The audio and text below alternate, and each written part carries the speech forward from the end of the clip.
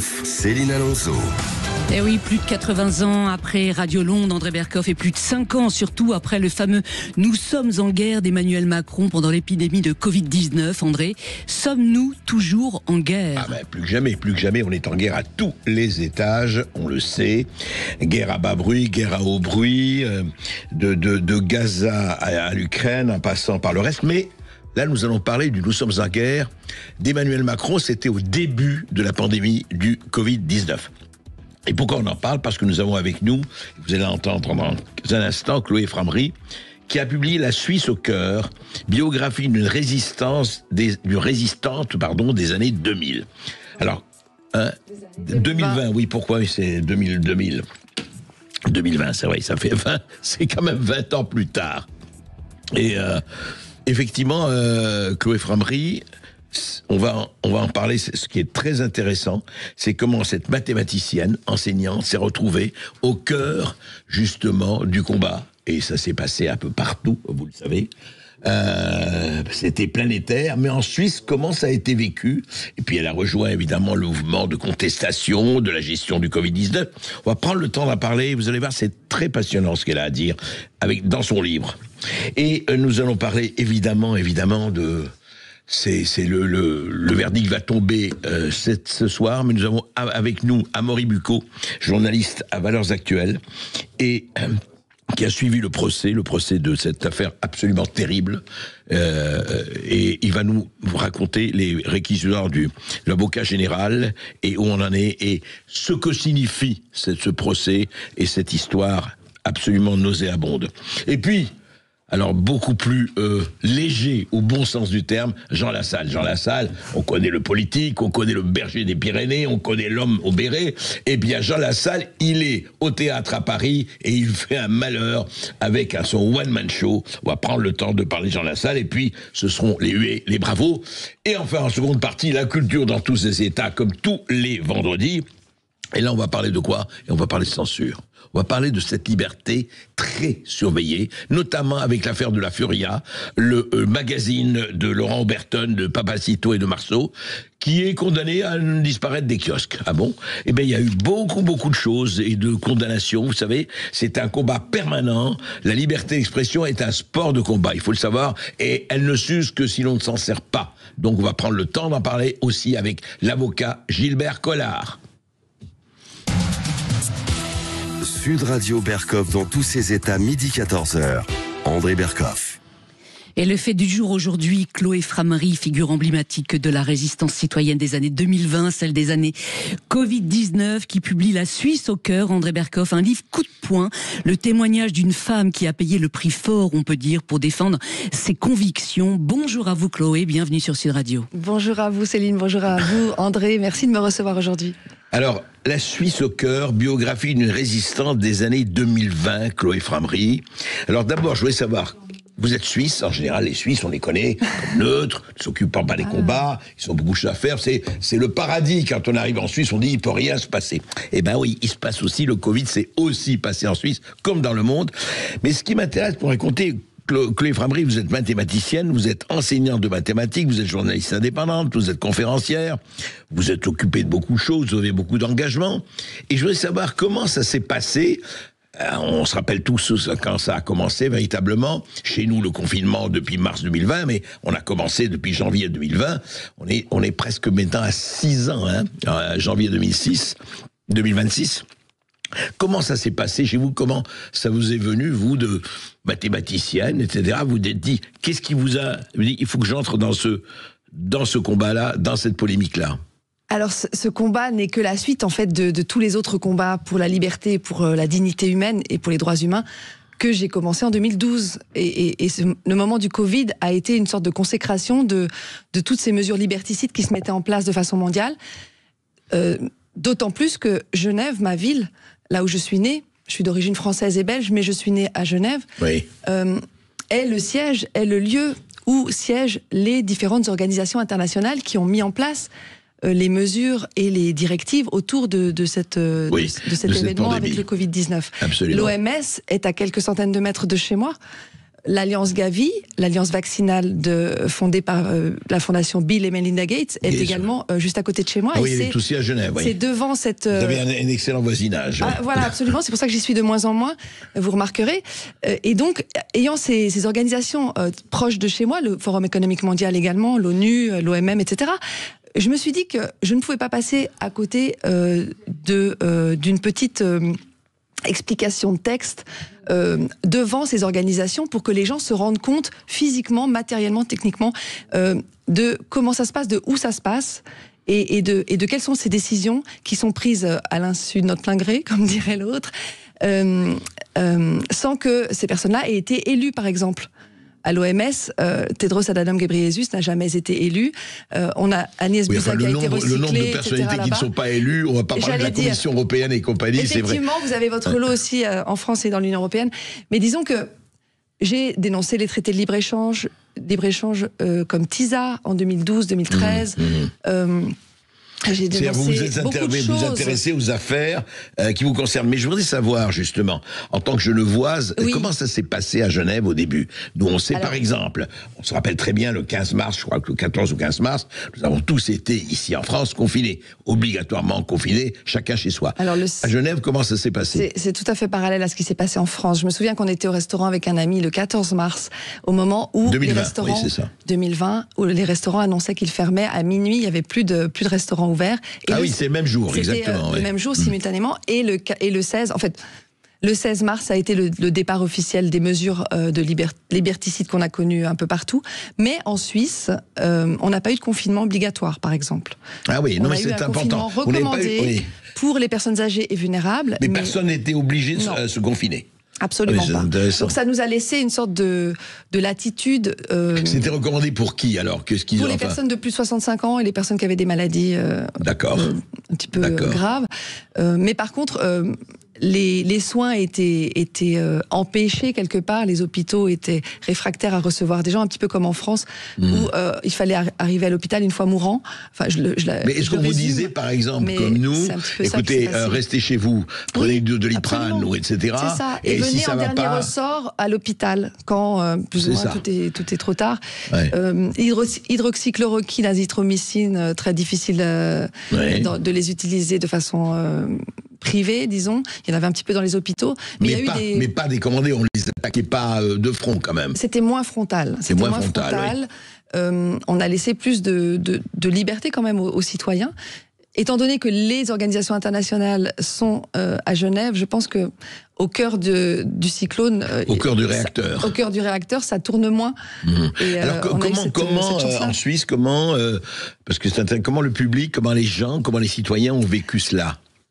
Ils l'ont vécu comme partout, comme un choc, comme un traumatisme. Le fait que les magasins soient fermés, mais par contre que les tabacs, les McDo, etc., à l'emporter, restent ouverts, ça a paru très, très absurde, très difficile à comprendre, disons. C'est la différence, les deux poids deux mesures entre les choses, les établissements fermés et ouverts, c'est ça? Exactement, les assis debout avec le masque, etc. Les gens portaient les masques quand même. Oui, malheureusement, j'ai envie de dire, beaucoup de visages effacés pendant ces années. Mais quand même une sérénité un petit peu plus grande qu'en France où on pouvait plus sortir de chez soi. Il y a eu des couvre-feux, etc. Nous, on n'a pas eu de couvre-feu.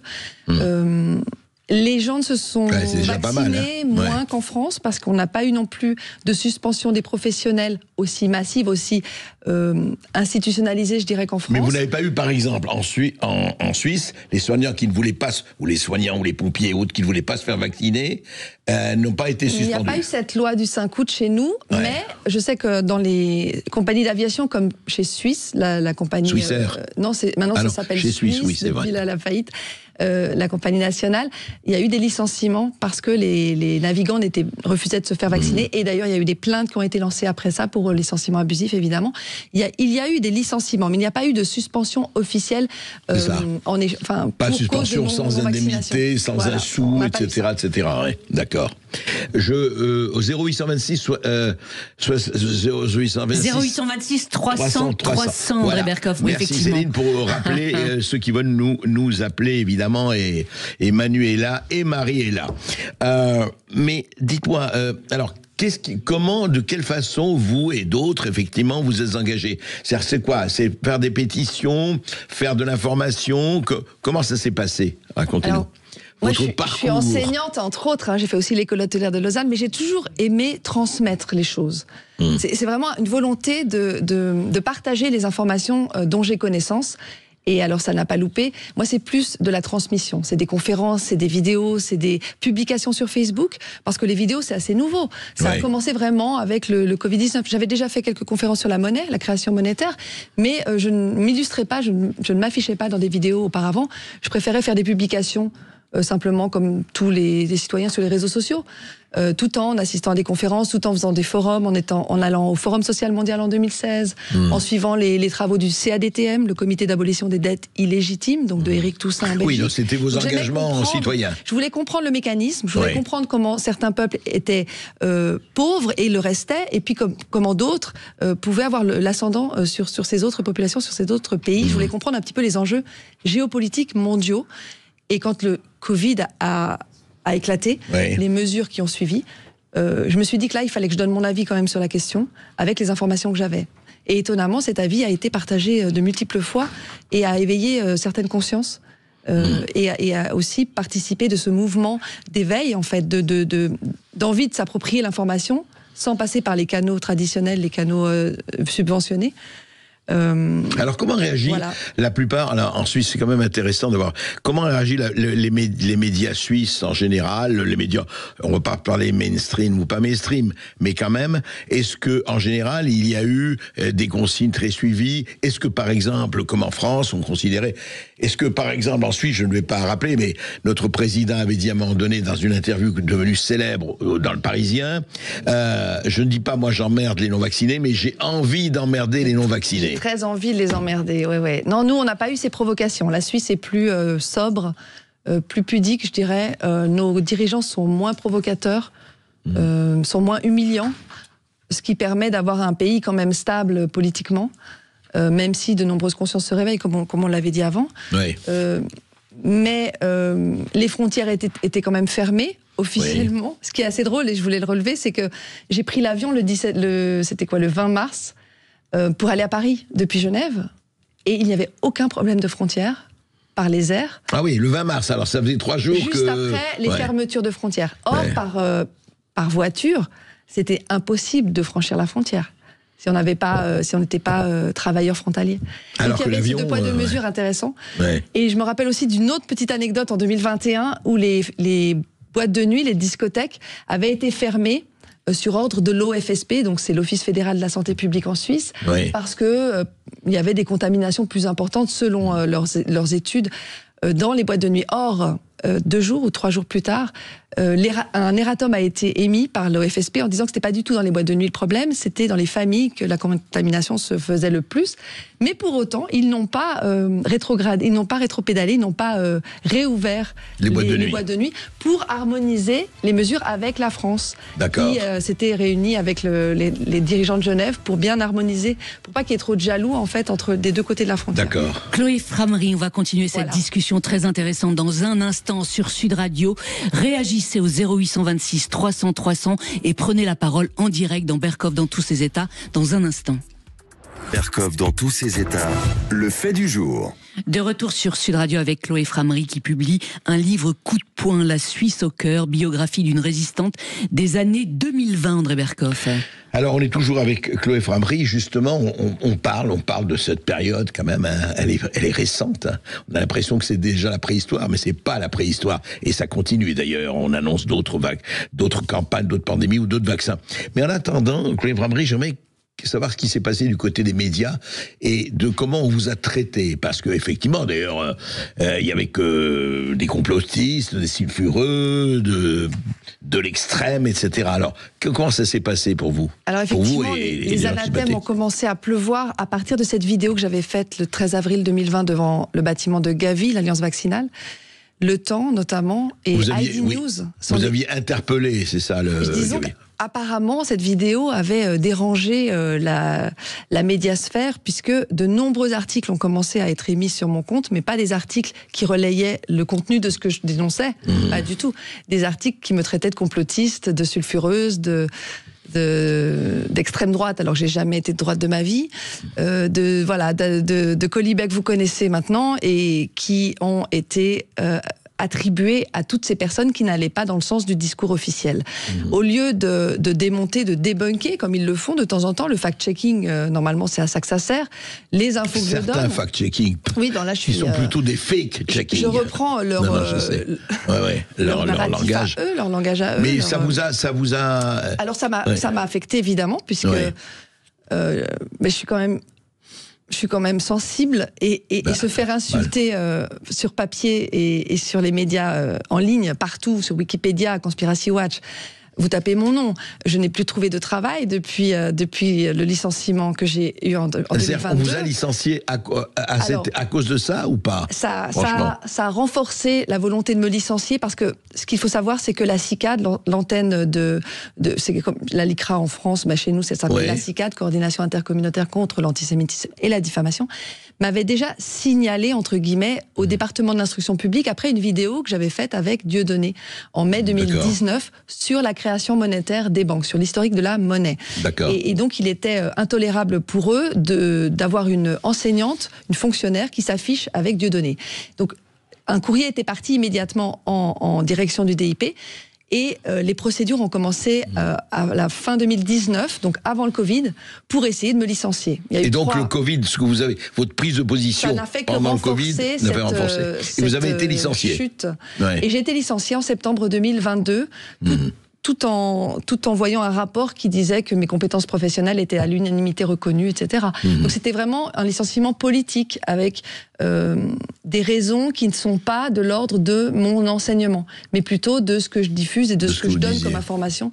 Et depuis, vous avez retrouvé du travail ou pas? Non, je n'ai pas retrouvé de travail, parce que, comme je vous le disais avant, les médias m'ont tellement sali, m'ont tellement traîné dans la boue depuis ces années, plus de 300 articles, que je suppose que quand on tape articles, plus de 300 articles qui vous concernaient, qui sont directement, qui me pointent directement, célébrité, qui me citent directement, chèrement acquise. Non, mais alors, Chloé Framery, je voulais savoir. Non consenti. Nous sommes en 2025, nous sommes en octobre 2025, et jusqu'ici, vous n'avez pas retrouvé votre job d'enseignante.